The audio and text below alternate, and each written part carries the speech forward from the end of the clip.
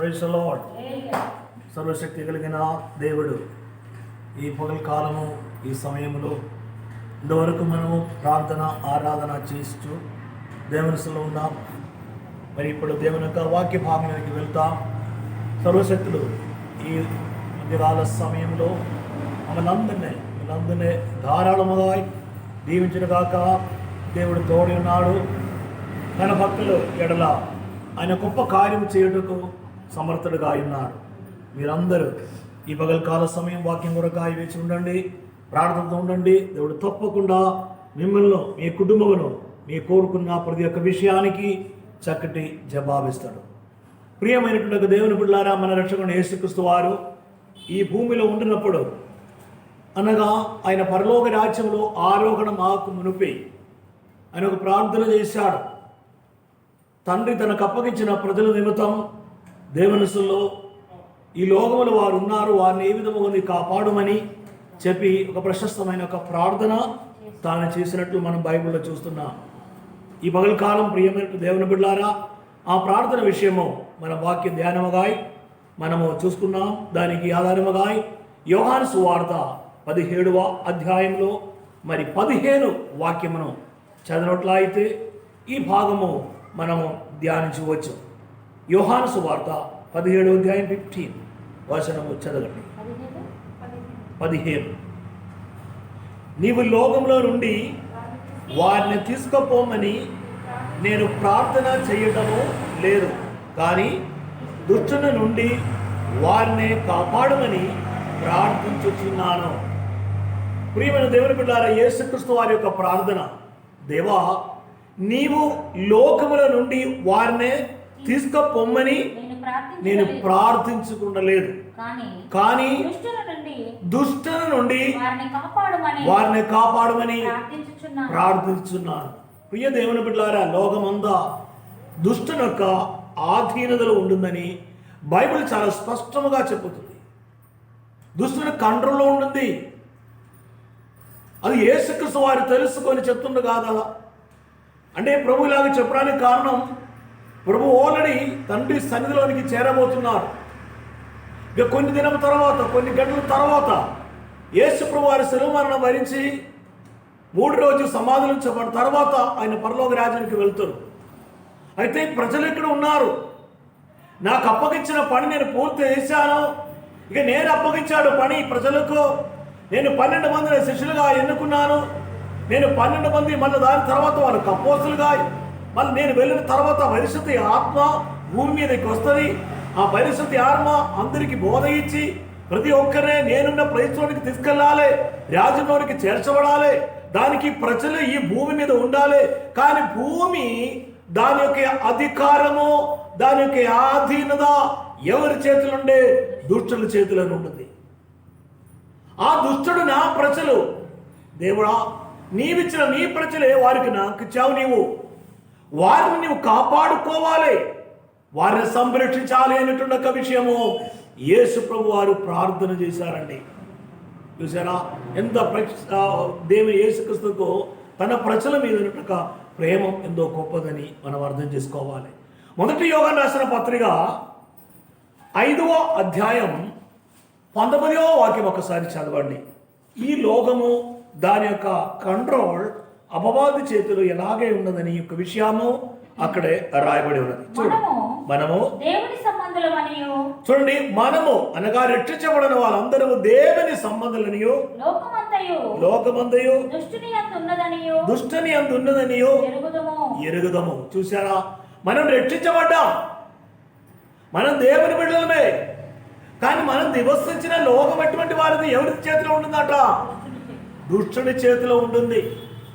ఈ దుష్టుడి చేతిలో ఉన్నంత వరకు విశ్వాసులైన దేవుని బిడ్డలైన మనకు సురక్షితమని మనం చెప్పుకోవడానికి అవకాశం ఏమి ఉండదు. మనం ఎవరు సురక్షితము కాదు. ప్రపంచమంతా సురక్షితం లేకుండా ప్రియులారా, ఈ కాలంలో ఈ కరోనా లేనట్టుగా చోటు లేకుండా, ఈ కరోనా అనేటువంటి మహామారి స్తోత్రము వర్ధిల్లుస్తుంది. కానీ ఇంతవరకు ఎక్కడ తగ్గిముఖం పడతలేదు, వర్ధిల్లుస్తుంది. కానీ లోకం దాని యొక్క ఆధీన మొత్తం కంట్రోల్ మొత్తం సైతాను చేతిలో ఉంటుంది. మనం ఎవరు సురక్షితం కాదు. ఉన్నవాళ్ళేమి లేనివారేమి అందరము పరిశాని మీద పరిశానిలో ఉంటుంది కనుక దేవుడు చెప్తున్నాడు దేవుని వాక్యములో, మనము దేవుని సంబంధులమే కానీ లోకమందయు దుష్టులందరూ మనం ఎరుగుదము. ఈ లోకమంతా దుష్ట ఆధీనంలో ఉన్నదని ఒక విషయం మనం మర్చిపోకూడదు. అందుకనే మనం ఏం చేయాలంటే మెలుకోండి ప్రార్థన చేసి దుష్టుని చేతిలో అగపడకుండా, వాని చేతిలో నువ్వు చిక్కిపోకుండా ఉండాలండి. ప్రార్థన చాలా అవసరమై ఉంటుంది. ఈ లోకంలో మరి ఎలాగ జీవించాలి అని చాలామందికి ఆ డౌట్ వస్తుంది. ఇది దుష్టుల చేతిలో ఉండే మరి ఎలాగ బ్రతకాలి. దుష్టుల చేతిలో ఉండినప్పుడు కూడా సర్వశక్తి కలిగిన దేవునికి అనుమతి లేకుండా రక్షించబడినటువంటి వారిని సైతాను ముట్టడు. చూడండి వాక్యం, స్తోత్రం. దుష్టుని చేతిలో ఉన్న విషయం అనగా లూకా సువార్త 4వ అధ్యాయం 5వ వాక్యం మనం చూసినట్లయితే, మనం ఇందాక చదివిన విషయం ఏంటంటే లోకమంతా దుష్టుని ఆధీనములో ఉన్నదని. ఆ ఆధీనం ఏంటిదని అవ్వాదిన సైతానే మన రక్షకుడు యేసుక్రీస్తు వారికి చెప్తున్నాడు.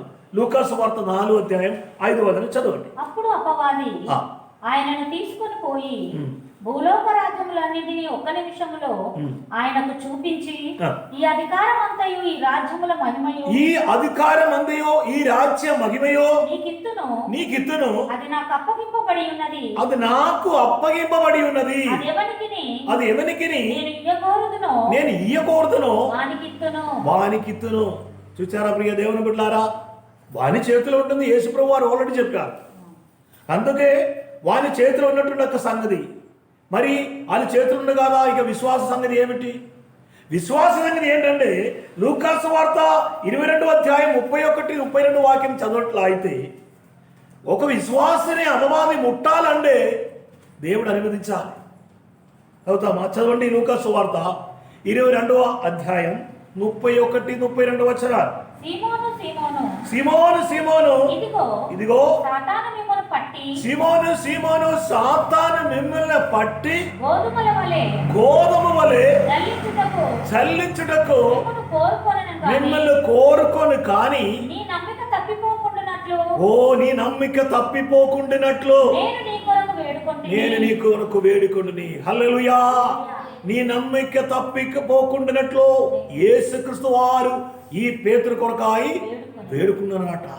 అప్పుడు మీరు అర్థం చేసుకోవాలి, నీవు విశ్వాసి అయి దేవుని బిడ్డగా మార్చబడి ఉండినప్పుడు, ఈ లోకం సైతాను యొక్క ఆధీనంలో ఉన్నప్పుడు కూడా అపవాదిన సైతాన్ని ముట్టాలండి దేవుడు అది అనుమతించాలి. ప్రియ దేవుని బిడ్డ, దేవుడు అనుమతిస్తే మాత్రము ముడుతుంది. సైతాను అడిగారట, ఈ సీమోని నాకు ఇచ్చేయి, మన సంగతి నేను నీకు చెప్తా. ఇలాగంటే యేసుక్రీస్తుకు పేతురు మీద ఎంతో ప్రేమ ప్రియమైనట్టు దేవుని బిడ్డలారా, ఆ ప్రేమ గొప్పది కనుక సైతానుతో యేసుక్రీస్తు వారు వాదించి సైతాను యొక్క చేతి నుండి ఆ సీమోన్ గారు దేవుడు విడిపించాడన్నమాట.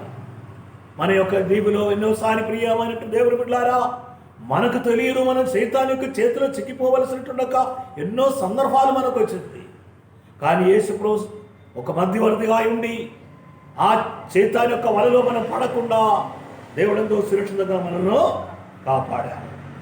ఈ రీతిలో ప్రియ దేవుని బిడ్డలారా, సైతాన్ మనల్ని పట్టి పీడిపించడానికి ఉన్న పనులు చేస్తాడు. అందువల్ల యేసు ప్రభు వారు ఏమన్నా తెలుసా? యోహాను సువార్త 16వ అధ్యాయం 33లో ఆయన అంటున్నాడు, స్తోత్రము 33లో, నా యందు మీకు సమాధానం కలిగినట్లు ఈ మాటలు మీతో చెప్పుచున్నాను, లోకములో మీకు శ్రమ కలుగును, ఆయనను ధైర్యము తెచ్చుకొనుడి, నేను లోకమునే జయించి ఉన్నాను. Praise the lord. ఈ సైతాన్ ప్రియ దేవుని బిడ్డలారా, వారి కంట్రోల్ ఉంటుందని యేసు వారికి తెలుసు. చెప్తున్నాడు కదా, లోకములో బాబు మీకు శ్రమలు, కానీ ధైర్యంతో ఉండు, ధైర్యం తెచ్చుకో, ఎందుకంటే నేను లోకమునే జయించి ఉన్నాడు. యేసుక్రీస్తు మరణం ద్వారా లోకమునే జయించినప్పుడు విశ్వాసమైనటువంటి మనకు దేవుడు నిత్యం ఇచ్చినాడు కనుక మనం కూడా లోకమునే జయించినాడు. అందుకనే మనము సమయానికి ప్రార్థన చేస్తుంటాం. ఉపవాసం, అదే ఈరోజు ఉపవాసం ఉండాలంటే మనసులో పరిశుద్ధాత్మ ప్రేరణ ఇప్పిస్తుంది. ఉపవాసంతో ఉండు, మనం ఉపవాసం ఉంటాం. కారణం మన సైతాను కంట్రోల్ లేదు కాబట్టి మనం ఉపవసిస్తాం, మనం ప్రార్థన చేస్తాం. ఎప్పుడైతే సైతాను కంట్రోల్ ఉంటుందనుకో ఉపవాసం చేయడానికి మనకి ఇష్టం రాదు. అరే ఎప్పుడు ఇట్లా ఉపవాసం ఉండాలి, ఇప్పుడు ఆకలి పడుతుంది, అమ్మో అమ్మో అని ఒక భయం మనకు కలుగుతుంది. కానీ నీవు ఈ లోకకరమైన సైతాన్ లోకములో కంట్రోల్ ఉన్నప్పుడు కూడా మీరు ఎవరి చేతులు ఉన్నారు? దేవుని చేతులు. Praise the lord, praise the lord. దేవుని చేతులు ఉంది కాబట్టి అపవాదం పట్టి పీడిపించడానికి వాడు భయపడతాడు. ఒకవేళ నేను పీడించాలని దేవుడు తన అనుమతి కోవాలి. అనుమతి కోరి అనుమతి దేవుడు ఇస్తే మట్టుకు ఒక వ్యక్తిని సైతానుడు ముట్టుతాడు. యోబు దగ్గర అనుమతితోనే యోబుని చాలా పరిశాన్ సైతాన్ చేసినట్టు మనం బైబిల్లో చూస్తున్నాం. ఈ పగల కాలం ప్రియమైన దేవుని బిడ్డారా, అపవాది అడగడానికి కూడా వీలు లేకుండా ఉండాలంటే మెలుకుతో ఉండి మనం ఏం చేయాలి? ప్రార్థన చెయ్యాలి. మూడో విషయం ఏంటో మనం చూస్తాం. అదే స్తోత్రము 91వ కీర్తనము 7వ వాక్యం. 91వ కీర్తనం 7వ వాక్యం. అక్కడ ప్రభు చెప్తున్న విషయం, నీ ప్రక్కన 1000 మంది పడినను, ఇదిగో నీ కుడి ప్రక్కన 10,000 మంది కూలినను అపాయము నీ యొద్దకు రాదు. అవును ప్రియ దేవుని బిడ్డలారా, ఎన్నో మంది కూలినట్టు నీవు చూశావు. 10,000 మంది, 10,000 మంది, 1000 మంది, ఇలాగ ఎన్నో మంది కూలాను. కూలిపోయినట్టు వారు ఎవ్వరూ లేవలేదు. కానీ దేవుడు అంటున్నారు కదా, నీ ప్రక్కన 1000 మంది పడినను, నీ కుడి ప్రక్కన 10,000 మంది కూలినను అపాయము నీ యొద్దకు రాదు. ఎందుకు రాదండి? యేసుక్రీస్తు వారు ఇదిగో నిన్ను కాపాడుతున్నాడు. యేసయ్య చూడండి ఎంతో ప్రేమతో ప్రార్థన చేశారు. తండ్రి, వీరి లోకములో ఉన్నారు, ఈ లోకములో ఉన్నారు కనుక వీరు స్తోత్రము లోకము ఉన్నారు కనుక వీరిని నీవు దుష్ట నుండి కాపాడు. Praise the lord. దుష్టుడు ఎంతో ఘోరంగా ఉంటుందని మీకు తెలుసా? ఎట్టయినా ఈ నేరాలన్నీ చేసిన వాడే ప్రియమైన దేవుని బిడ్డలారా. ఎన్ని నేరాలు వాడు చేస్తున్నారు, ఎన్ని నేరాలు, ఎన్ని హత్యలు. దానికి వయసో తేడా ఏమి లేదు. చూడండి ఘోరమైన పరిస్థితి. కారణం మన రక్షకుడు యేసుక్రీస్తు వారి రాకడ సమయము ఇక సమీపమైంది. ఇదిగో నన్ను చేతర అనుకున్న విషయము వారిని పట్టి ఆ సంఖ్యలతో బంధించి అఘాతములోనికి అగ్నిగుండంలోనికి పడదోయడానికి సమయం ఆసన్నం అయింది వానికి తెలుసుకొని వాడి పనులన్నీ చేస్తుంది. ఎందుకంటే వాడు ఒక్కడుగా పోకూడదు, నాతో పాటు కొంత మంది కావాలి అనుకొని వాడు లోకంలో ఉన్నట్టున్న వారికి నేరం చేయడానికి భయం లేనట్టున్న రీతిలో కంట్రోల్లో ఉంటుంది. కానీ దేవుని బిడ్డలైనటువంటి వారులారా, నీ పక్కన 1000 మంది పడినను, నీ కుడి ప్రక్కన 10,000 మంది పడినను నీకు అపాయము నీ యొద్దకు రాదు. ప్రియులారా, విశ్వసించండి ప్రియ దేవుని బిడ్డారా. గట్టిగా ధైర్యం కలిగి ఉండండి. ధైర్యం కలిగి దేవుని వాక్యమని అనుసరించండి. దేవుడు నాకున్నాడు అని చెప్పుకొని తిరగనకండి. దేవుడు నాలో ఉన్నాడు అని తెలుసుకోవాలి. మనం ఉన్న వాక్యం అని ధ్యానించాం కాదా?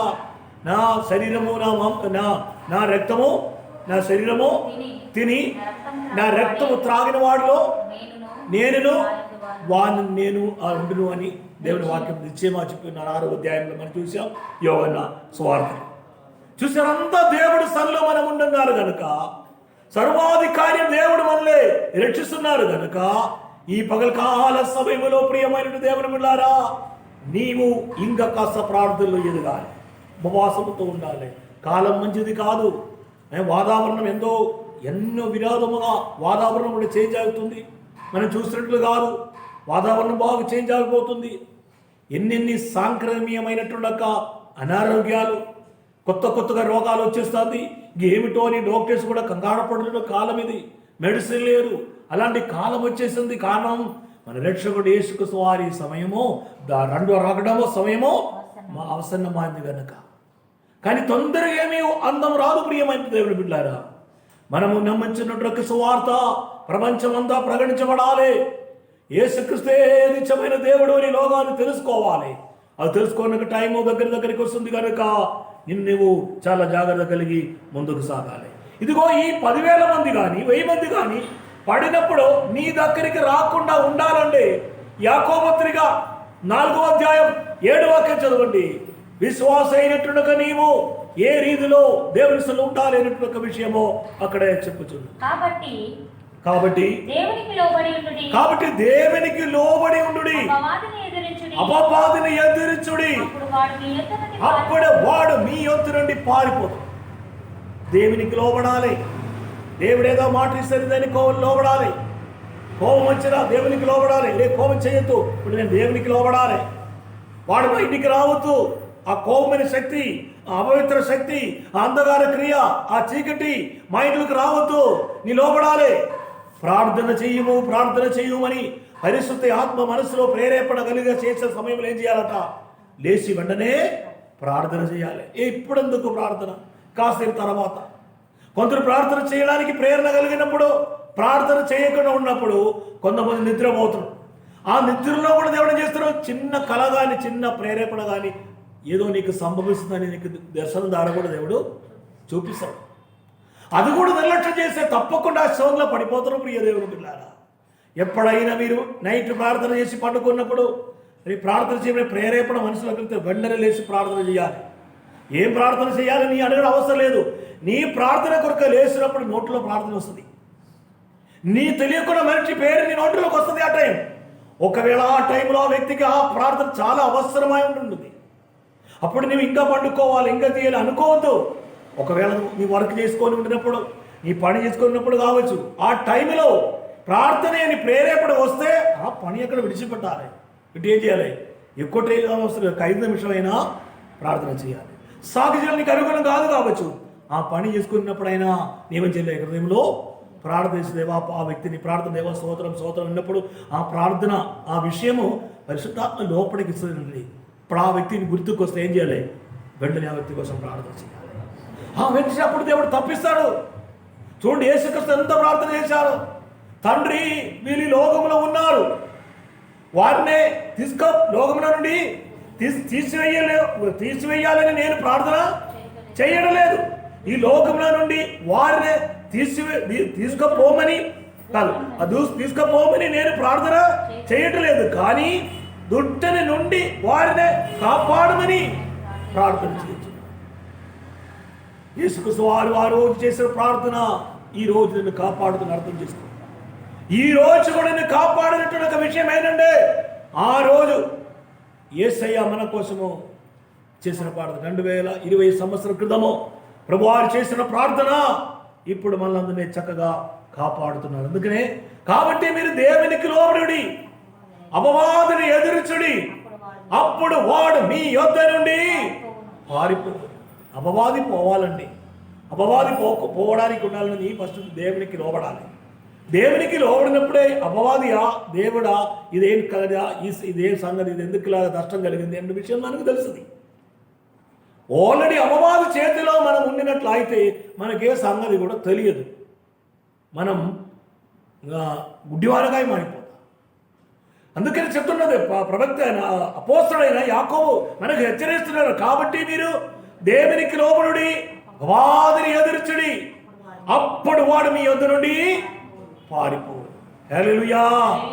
వాడు పారిపోయి స్తోత్రమో నీ జోలికి రాకుండా, నిన్ను ముట్టకుండా దేవుడు నిన్ను కాపాడు. మొదటి పేతురు రాసిన పత్రిక 5వ అధ్యాయం 6 వాక్యం నుండి 6 వాక్యం.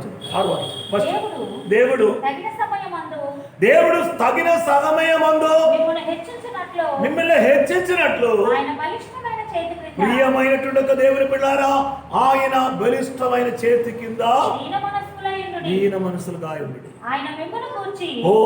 ఆయన మిమ్మల్ని గురించి చిందించుచున్నాడు గనక నీ చింత యావత్తు ఆయన మీదే వేయుడి.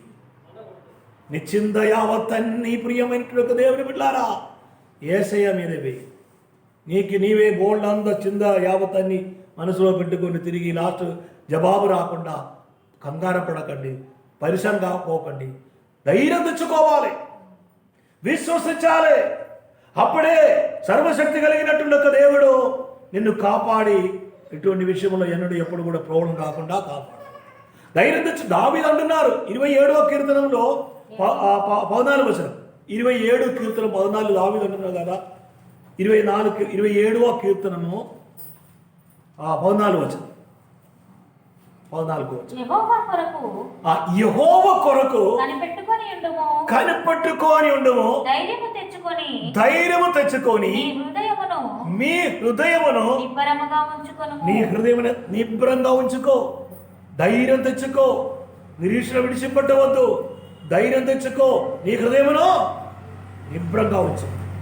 ఎందుకంటే అపవాది సైతాన్ వాక్యంలోనికి మనం వచ్చినప్పుడు చూడండి, 1 పేతురు రాసిన పత్రిక 5వ అధ్యాయం 8వ వచనం.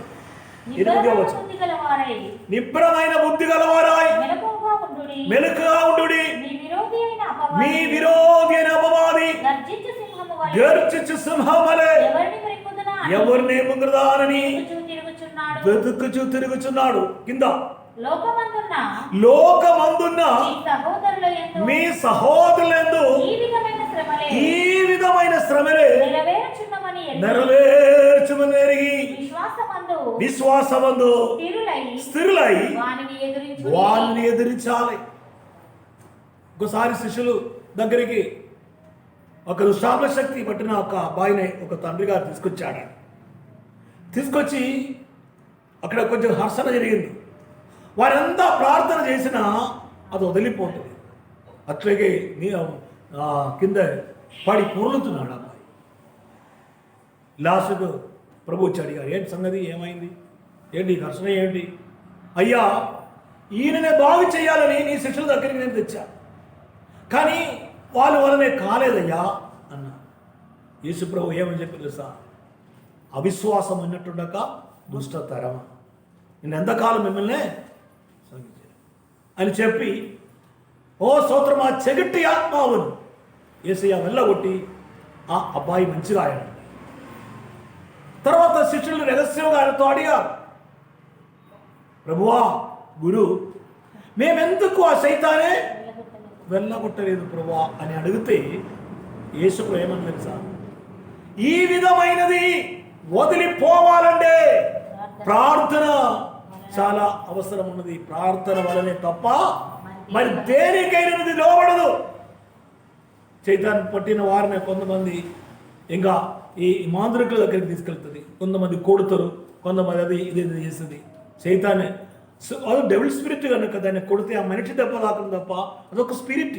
అయ్యే తెలుసు డెవిల్ స్పిరిట్ అంటే అది అపవిత్రాత్మ. కొట్టితే ఆ మనిషికే దెబ్బ తాకుతుంది. తెలివిలేనట్టు వారు అలాంటి చైతాన్ని వెళ్ళిపోని చెప్పి కొడుతారు, గాయపరిచిన కొంతమంది. అవన్నీ మూఢనమ్మకాలతో ఉన్నట్టు పనులు. యేసయ్య ఏమి చేయలే, చెగటి ఆత్మ వెళ్ళిపోవని ఆజ్ఞాపిస్తే అది వాడిని వదిలి వెళ్ళిపోయింది. వాడు మంచి గాయం. అయితే శిష్యులు అడిగారు, ప్రభు నీవు మాకు అధికారం ఇచ్చావు కాదా, నీతో మేము ఉన్నాం కాదా, మేము ఎందుకు వెళ్ళవట్లేదు? అధికారం అన్ని కరెక్టే, కానీ ఏం చేయాలి? అందుకు ఆయన ప్రార్థన వలనే గాని మరి దేని వలనైనను ఈ విధమైనది వదిలిపోవుట అసాధ్యం. చూడండి, యేసుప్రభువు వారి యొక్క చరిత్ర మనం చూసినట్లయితే ఆ 3.5 సంవత్సరం పరిచయం ఉండినప్పుడు ఎక్కువ శాతం కొండ ఎక్కి ఏకాంతముగా ఆయన ప్రార్థన చేశారు. యేసుప్రభు మాకు తోడున్నాడు కదా, మాకు అధికారం ఇచ్చాడు కదా, వెళ్ళు సైతాన్ వెళ్ళు అంటే సైతాన్ వెళ్తారా? ఆడు నీకు ముందట బాగా ఆటలు ఆడిపిస్తుంది, హెచ్చి అటు ఇటు లాస్ట్ నీవు బాగా అలసిపోయి చేత కాకుండా స్తోత్రమని చెప్పుకోవడానికి కూడా చేత లేకుండా అంత టైర్డ్ కావాలి. ఆ టైర్డ్ వాడు చూపించడు నీ మీద. ఆ టైర్డే లేదు, అది రాకను పెంచాలి. గంట దేవునిలో ఏకాదముగా ఉండి ప్రార్థన చేయని. ప్రార్థన చేసినప్పుడు దేవుడు నీకు శక్తి ఇస్తాడు, బలమిస్తాడు, కృపను అనుగ్రహిస్తాడు. Praise the lord. మంచి ఆరాధన జరిగినప్పుడు ఏం జరుగుతుంది? మంచి ఆరాధన పాటలు జరుగుతుంది. సంఘంలో సైతాన్ నృత్యం చేసినట్టు మీరు ఎన్నోసారి చూశారు, ఎన్నోసారి ఆ కార్యం మీరు చూశారు. అవును, యేసు ప్రభు దగ్గరికి వచ్చినప్పుడే వాడు పడిపోయాడండి. యేసు ఎల్లగొట్టక ఉంది, ఆయన యేసు ప్రభు దగ్గరికి వచ్చినప్పుడే సైతాన్ పడిపోయింది. అంత చక్కని అభిషేకం ప్రార్థన వచ్చింది. యేసయ్య మనకు మాదిరి. ఎన్ని గంటలు యేసయ్య ప్రార్థన చేశారండి. ఏకాంతముగా కొండ ఎక్కి శిష్యులు ఆ టైంలో మస్తు నిద్రపోయారండి. ఎందుకంటే వాళ్ళు పరిచయం చేశారు, కంట్రోల్ చేయాలి కదా. ఎన్నో జనాభాలు వచ్చారు, వాళ్ళు కంట్రోల్ చేసిన 12 మంది. వారు ఏం చేస్తారు, ప్రభు ఈ పరిచయం అంతా నిలబడి, మనం ఇప్పుడు చూసినట్టు ఏసీ రూమ్ ఏం లేదు ఆ కాలము, మైకి లేదు, కరెంటు లేదు, కొండ ఎక్కి ఏదో కొండ మీద ఏదో ఒక బండ మీద కూర్చొని మాట్లాడడం, ఆయన ప్రజలంతా అక్కడక్కడ ఉండడం, కూర్చోడం, కావడం, చూడడం అన్నీ. ఇప్పుడు చూడు ఎన్ని సెట్టింగ్స్ ఉండే మనిషి మంచిదని చెప్తే, లేకపోతే అదేం ఇదని అనుకుంటారు. ఇక వాక్యం వినడానికి సమయం లేదో సెట్టింగ్స్ చూసి మనుషులు బేజారైపోతున్నారు. ప్రియమైన దేవుని బిడ్డలారా, వాక్యం మీరు చూడండి, యేసయ్య గంట సేపు ఇంకా శిష్యులందరూ పట్టుకొని విశ్రాంతి తీసుకున్నప్పుడు ఏకాంతముగా కొండ ఎక్కి అయిన ప్రార్థన. నీకు దేవుని కృప కావాలంటే, దేవుని అధికార దేవుడు నీకు ఇచ్చిన వ్యక్తి ఆయన ఉండే శైతాను నీలో నుండి వెళ్ళిపోవాలంటే నీకు ప్రార్థనే ఉండాలి. Praise lord. ఆ శైతాన్ని పట్టింది కదా మనం పాటలు పాడదాం, ఆరాధన చేద్దాం అని కొనుక్కొని ఉండే, నీవు అలసిపోతు తప్ప శైతాము. Praise lord. విశ్వాసం ఉండాలి, ఈ విధమైన వదిలిపోవాలని విశ్వాసం ఉండాలి, ప్రార్థన జీవితం ఉండాలి. ఇక్కడే అపోస్తలుడైన పౌలు పేతురు గారు అంటారు కదా, లోకమందా ఉన్న ఈ విధమైన శ్రమనే మీ సహోదరులందు నెరవేర్చుమని ఎరిగి విశ్వాసమందు స్థిరులై అపవాదిని ఎదురించుడి. హల్లెలూయా. విశ్వాసం ఉండాలి, విశ్వాసం స్థిరులాగా ఉండాలి. స్థిరులాగా ఉండి స్తోత్రము ప్రార్థన చేయాలి. అలాగే ప్రియమైన దేవుని బిడ్డలారా, మనం ప్రార్థన చేయడమే పోరాటం చేయడం. అపవాదిని ఎదిరించడం అంటే మనం ఈ ప్రార్థన చేయడమే. యేసుక్రీస్తు మంచి మాదిరిగా మనకి చూపించి వెళ్ళాడు ఆయన. నీ ప్రార్థన చేయి. ప్రియ దేవుని బిడ్డలారా, ఇప్పుడు చేసినట్టు ప్రార్థన కాస్త ఇంకా కొద్దిగా రోజు కూడా చక్కగా వరుసగా ఒక టైం పెట్టుకొని ప్రార్థన చేసుకొని అనుకో, నీ జీవితం చాలా కలర్ఫుల్ అవుతుంది. నీ జీవితంలో అనుకున్న అన్నీ సక్సెస్ అవుతుంది. ఏ విషయం కూడా బాధపడవలసిన అవసరం లేదు. ప్రార్థన లేదు కాబట్టి ఇదేమీ జరగట్లేదు. నీకు ప్రార్థనడానికి టైం లేదు, కానీ ఈ రోజు నుండి ప్రార్థన కొరకాయి నీ టైం కేటాయించిన అనుకో, దేవుడు నీలో ఉండి అద్భుత ఆశ్చర్య కార్యాలు చేస్తాడు. ప్రభు చెప్తుంది కాదా, వారిని లోకం నుండి తీయాలని నేను స్తోత్రం కోరుకోవట్లేదు, కానీ వారి వలనే ఇంకా అనేక మంది రక్షించబడాలి ఉంది కాదు దేవా. నీ పని ఇంకా పూర్తి కాలేదు కాదా, కానీ దుష్టుని లోకం ఉంది కాదా, అది నాకు తెలుసు, నీకు తెలుసు. కానీ వారి చేతిలో పడవేస్తే వారి బ్రతుకు లేదు దేవా. ఆయన ప్రార్థన చేశారండి. ఈ పగల కాలము యేసుక్రీస్తు మనకు మంచి ఒక మాదిరిగా ఉన్నప్పుడు ఒక సేవకులకు చూసి నీవు నేర్చుకోవకు, ఒక విశ్వాసాన్ని కూర్చి నేర్చుకోవకు. యేసయ్యను మాత్రం చూడండి. ఆయన మంచి పరిచారకుడు, మంచి ఉపదేశకుడు, మంచి స్నేహితుడు. ఆయన చూడండి. ఆయన ఎక్కడ చూడాలి? ఫోటో కాదు, పరిశుద్ధ బైబిల్ చదవాలి, సువార్తలు చదవాలి. ఆయన చేసిన గొప్ప కార్యం, ఘనకార్యం, మళ్ళా లేఖనాలు, మళ్ళీ పత్రికలు చదవండి. చదివినప్పుడు ఆ యేసు ప్రభు నీకు మంచి మాదిరిగా ఉండదు. ఈ పగల కాల సమయం ఆ ప్రభుల వారు మన కొరకు కాల్వరిలో రక్తం కార్చాడు. ఆయన మన దగ్గరే మనకు ప్రార్థన చేయడానికి అధికారం ఇచ్చి వెళ్ళి ఉన్నారు. నువ్వు ప్రార్థన చేయి. ఈ విషయానికి దేవుడు గొప్ప విడుదలిచ్చింది అనిపిస్తారు. ఒక వాక్యమైన మర్చిపోకూడదు. లోకమందున్న మీ సహోదరులకి ఈ విధమైన శ్రమలే నెరవేర్చుని ఎరిగి విశ్వాసమందు స్థిరులై అపవాదిని ఎదిరించాలి. Praise the Lord. లేమనికి లోపడాలి, విశ్వాసమందు అపవాదిని ఎదిరించాలి. అప్పుడు వాడు మీ అందు నుండి పారిపో. తల వంచినట్లయితే మనం ప్రార్థన చేస్తాం. హల్లెలూయా. శకలనమ. ఓ స్తోత్రం, స్తోత్రం. మనం ప్రార్థిస్తాం. దేవుని చేతులు అప్పగిస్తాం. హల్లెలూయా. దేవా, మేము ఈ లోకంలో ఉన్నాం. అపవాది మమ్మల్ని ఎంత పట్టి పీడించాలని చూస్తున్నాడు. దేవా, వారి తండ్రి మెరిగిన వ్యక్తి మేము చక్కగా నీలో ఉండటకు నేను సహాయం ప్రార్థిస్తాను. యేసుక్రీస్తు వారి కల్వరి శిలువలో రక్తం కార్చాడు. ఓ నీ కోసమైన గాయపడ్డాడు. నిన్ను రక్షించడానికి, నిన్ను విడిపించడానికి, నీ రోగముని నయం చేయడానికి. నీవైన విశ్వసిస్తే ఈరోజు నీ పాపం క్షమించబడుతుంది. నేను నమ్మితే నీకు రోగ స్వస్థత కలగబోతుంది. ఈ పగల కాలం ఆయనతో మాట్లాడిన విషయం శ్రద్ధగా ఆలకించి దేవుని సన్నిధిలో మీరు ముందుకు సాగండి. ప్రార్థన. మమ్మల్ని మిక్కులుగా ప్రేమించిన ప్రియ పరలోకపు తండ్రి, పరిశుద్ధ దేవ, ఈ పగల కాలం దేవ వాక్యం వినుసు నీ ప్రజలందరినీ దేవా దీవించి ఆశ్రవదన. ఆయన అపవాదిన సైతాన్ని నోట్లు చిగిపోకుండా ప్రభావ దేవాన్ని వారిని అందరినీ కాపాడు.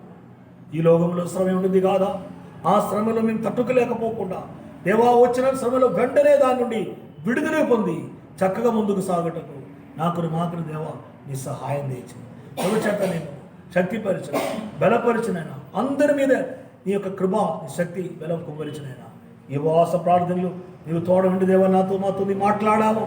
ఈ సమయం దేవ ఎవరైనా అనారోగ్యంతో బాధపడిన వారు ఈ వాక్యం వింటుండే ఇప్పుడే వారిని ముట్టుదేవా, వారిని స్వస్థపరచుదేవా, వారిని తాకుదేవా. సమస్యల చేత బాధపడిన వారు సమాధానం లేకుండా ఏం చేయాలి అర్థం కాకుండా పరిస్థితి ఉన్నటువంటి వారికి సమాధానం నిండుగా దయచే ప్రభువా. వారిని కాపాడు. ఇప్పుడు వారికి సమాధానం వచ్చేనుగాక, స్వస్థత కలిగినగాక, దుష్టుడు ఎవరి వారిలో నుండి పారిపోవునుగాక. దేవుడు మహిమ వారిలోనికి దిగి వచ్చినగాక. సమాధానం వారికి ఉండి దేవా నీ యందు భయభక్తి కలిగి జీవించడం ఈ పగల కాల సమయం వారికి శక్తిని బలమనే దయచేయమన్నాయి. వారిని అనాథులుగా విడబోతున్నాయి, విడిచిపట్టుదనైనా వారిని బాగు చేయి. యేసుక్రీస్తు నామములో అడుగుచున్నాము తండ్రి, ఆమేన్. మంచిదండి. దేవుడు చక్కగా నిండుగా ఆశీర్వదిస్తాడు. ప్రార్థన చేయండి. దేవుడు మీతో మాట్లాడిన వాక్యం విశ్వసించండి. దేవుడు ముందుకు తోడు ఉండేదాకా. ఆమేన్.